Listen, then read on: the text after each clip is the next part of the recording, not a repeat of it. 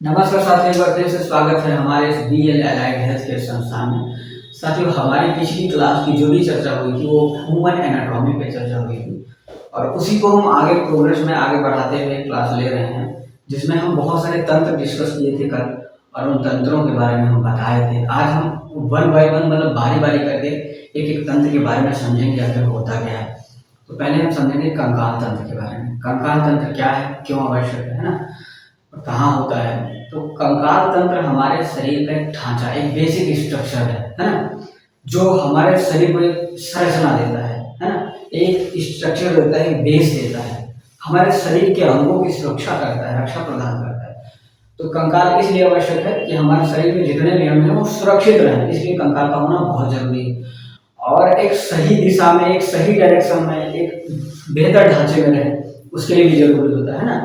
तो ये सारी चीजें कंकाल के लिए होती हैं। तो कंकाल, अब हम जानेंगे कंकाल कितने प्रकार के होते हैं। ठीक, कंकाल बेसिकली दो प्रकार के होते हैं, एक होता है बाह्य कंकाल, एक होता है आंतरिक कंकाल। जो आंतरिक कंकाल होता है वो हमारे शरीर में या फिर जानवर बहुत सारे देखे, जैसे गाय भैंस कुत्ता आदि इत्यादि जो भी जानवर हैं उनमें सब में जो है आंतरिक कंकाल पाया जाता है ना। जो मनुष्य जैसे सिस्टम रखते हो, जिसमें ब्लड फ्लो से लेके सारी चीजें जो है हम मनुष्य जैसी हों, तो उनमें सब में क्या होता है कि आंतरिक कंकाल होता है। हालांकि ऐसा नहीं कि जो है सांपों में भी आंतरिक कंकाल होता है ना, पर उसमें क्या होता है, ज्वाइंट्स नहीं होता उस तरीके के जैसे हमारे शरीर में जो एक रीढ़ की हड्डी है, अगर आगे देखो यहाँ पे भी एक हड्डी है और पेशी और हड्डी आपस में जुड़ जाती हैं, तो ये जो है फैलने का मौका नहीं मिलता है। तो बहुत सारे जानवर जीव जंतु हैं और हम मनुष्यों में भी आंतरिक कंकाल होता है, पर कुछ जीव जंतु ऐसे भी होते हैं जिनमें बाह्य कंकाल तंत्र होता है। बाह्य कंकाल तंत्र कैसा होता है कि ऊपरी हिस्सा देखे होंगे, बहुत सारे जानवरों में बड़ा कठोर होता है। जैसे अगर हम कछुए की बात करें तो कछुआ जो है ऊपर का हिस्सा जो टर्टल है ना, ऊपर का हिस्सा कितना कठोर होता है, तो वो बाह्य कंकाल तंत्र में आता है। आपने देखा होगा कि कौड़ी, सुना होगा कि बहुत पहले, हम तो नहीं जानते लेकिन लोग कहते हैं कि रुपये की जगह पर कौड़ी चलता था। तो कौड़ी भी एक जलीय जंतु है या जीव है, उसी में से उसका जो है कंकाल ही निकाल लेते थे और उसको जो है यूज करते थे as a money, as a रुपया, है ना। उसमें जीव होता था, जब मर जाता था तो उसको ले आते थे बाहर, उसको धो के साफ हो करके उसको पैसे जैसे यूज करते थे। तो कौड़ी भी एक प्रकार का बाह्य कंकाल है। साथ ही साथ में आपने शंख देखा है, तो शंख भी एक बाह्य कंकाल है ना। बहुत सारी चीजें वो बाह्य कंकाल में आती है ना, बहुत सारी जंतु। तो आप समझ गए होंगे कि आंतरिक और बाह्य कंकाल तंत्र क्या होता है। तो बाह्य कंकाल तंत्र को बाद में देखते हैं, पहले हम आंतरिक कंकाल तंत्र के बारे में जानते हैं, जिसमें हम मनुष्य आते हैं। तो आंतरिक कंकाल तंत्र भी दो तरीके का होता है, ये भी हमारा दो तरीके का होता है। इसमें भी आता है अक्षीय आता है, एक आता है उपांगी। अक्षीय कंकाल तंत्र एक होता है और एक होता है उपांगी, है ना। एक होता है उपांगी, उपांगी। ठीक, अगर हम बात करें अक्षीय की, इसकी बात करें पॉइंट के की, तो अक्षीय कंकाल तंत्र क्या होता है। अक्षीय कंकाल तंत्र जो भी होता है वो लगभग 80 हड्डियों से मिलकर बना होता है। कितना? लगभग 80 हड्डियों से मिलकर बना होता है। 80 बोन से मिलकर या 80 बोन से मिलकर बना होता है अक्षीय कंकाल। ठीक, इसमें लगभग 80 बोन्स होता है। ठीक, जिसमें कौन कौन से बोन्स आते हैं, उसके कंकाल में टोटल 80 हड्डियां पाई जाती हैं, जिसमें 26 हमारे पीछे की हड्डियां हो जाती हैं, जो रीढ़ की हड्डियां होती हैं, मतलब बोन्स होती हैं। तो 26 वो हो जाती हैं, साथ में 24 हमारे ऊपर की जो हड्डियां होती हैं, 24 हड्डियां होती हैं। कैसे? तो अगर हम बात करें तो ये हमारी 12 हड्डियां, पेशियां ये, और 12 इधर ही जो हृदय जिसमें सुरक्षित है, और प्लस में एक ये वाली, है ना। इसमें लगभग आपकी हो जाएंगी 25 हो जाएंगे, 24 और प्लस में एक 25 हो जाएंगे, 28 और भी हैं जो हमारे जो ऊपर के हिस्से में होती है, जिसमें 14 ये हड्डियां आती हैं, है ना। साथ में 8 और हड्डियां आती हैं, 6 ये आती हैं, मतलब कान की भी 3 मिला ले तो 6 हड्डियां ये हो जाती है।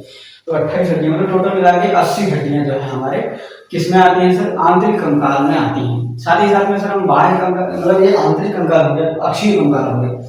अच्छा, हम बात करें अक्षीय कंकाल के बाद उपांगीय कंकाल में, तो उपांगीय कंकाल में कितनी हड्डियां होती है सर? 126 हड्डियां उपांगीय में होती हैं। तो उपांगीय में क्या होता है कि हमारे हाथ, ये जो हमारा ये हिस्सा है, हाथ वाला हिस्सा हो गया, पैर वाला हिस्सा हो गया, कमर के नीचे वाले हिस्से में जो है, तो ये सारी चीजें जो है हमारे किस में आती हैं?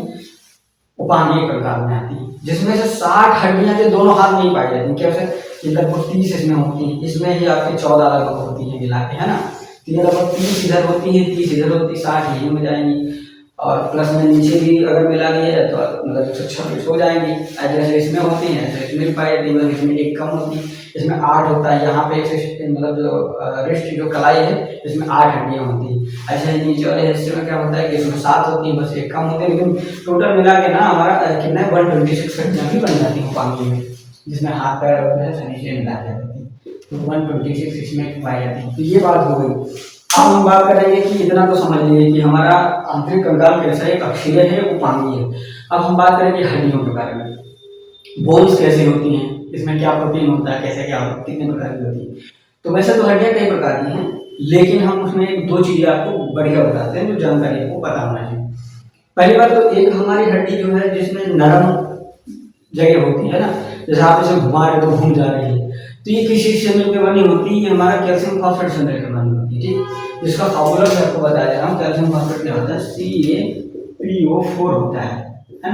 ये कैल्शियम फॉस्फेट होता है जो नरम हिस्सा होता है, नरम हिस्सा होता है ना।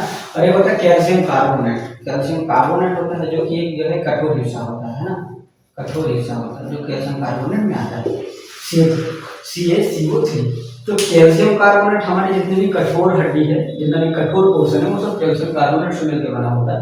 जबकि कैल्शियम फॉस्फेट जो है, जो जितना भी नरम हिस्सा है, जैसे घुमाते हो तो घूम जा रही है, तो वो सब जो है कैल्शियम फॉस्फेट से मिलकर आती है।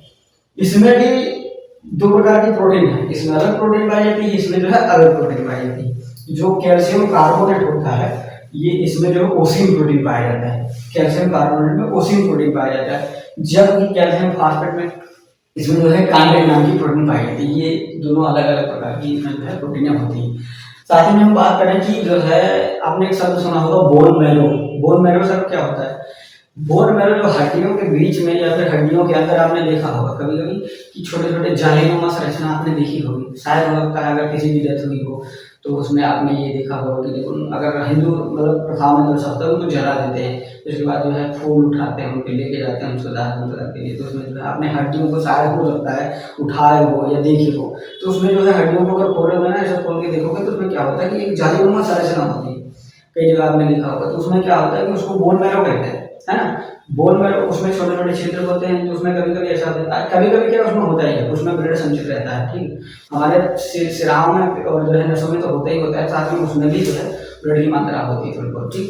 तो ये सब बाकी पता ही है, 70% हड्डियाँ जितनी भी हैं हमारी 70% जो वाटर से मिलकर बनी है। ये चीज़ें हमारी कंकाल के बारे में। तो कंकाल एक ऐसी संरचना है जो हमारे शरीर को सुरक्षा के साथ साथ एक बढ़िया स्ट्रक्चर देती है, तो उसके बारे में आपको जानना जरूरी था, हमने बता दिया। अगर बहुत ज़्यादा डिटेल पढ़ना है तो हम आपको जो है PDF भेज देंगे, उसको आप देख लेना, है ना। और या फिर हमारे पास कोई ग्राफिक सिस्टम हो तो उसको हम एकदम चला के बता दें, जिससे जो है चित्र बनाना थोड़ा मेहनत वाला काम है, ज़्यादा मेहनत लगेगी। तो थैंक यू इस वीडियो को देखने के लिए, और ऐसे ही प्यार सपोर्ट बनाए रखें। मिलते हैं अगली क्लास में, धन्यवाद।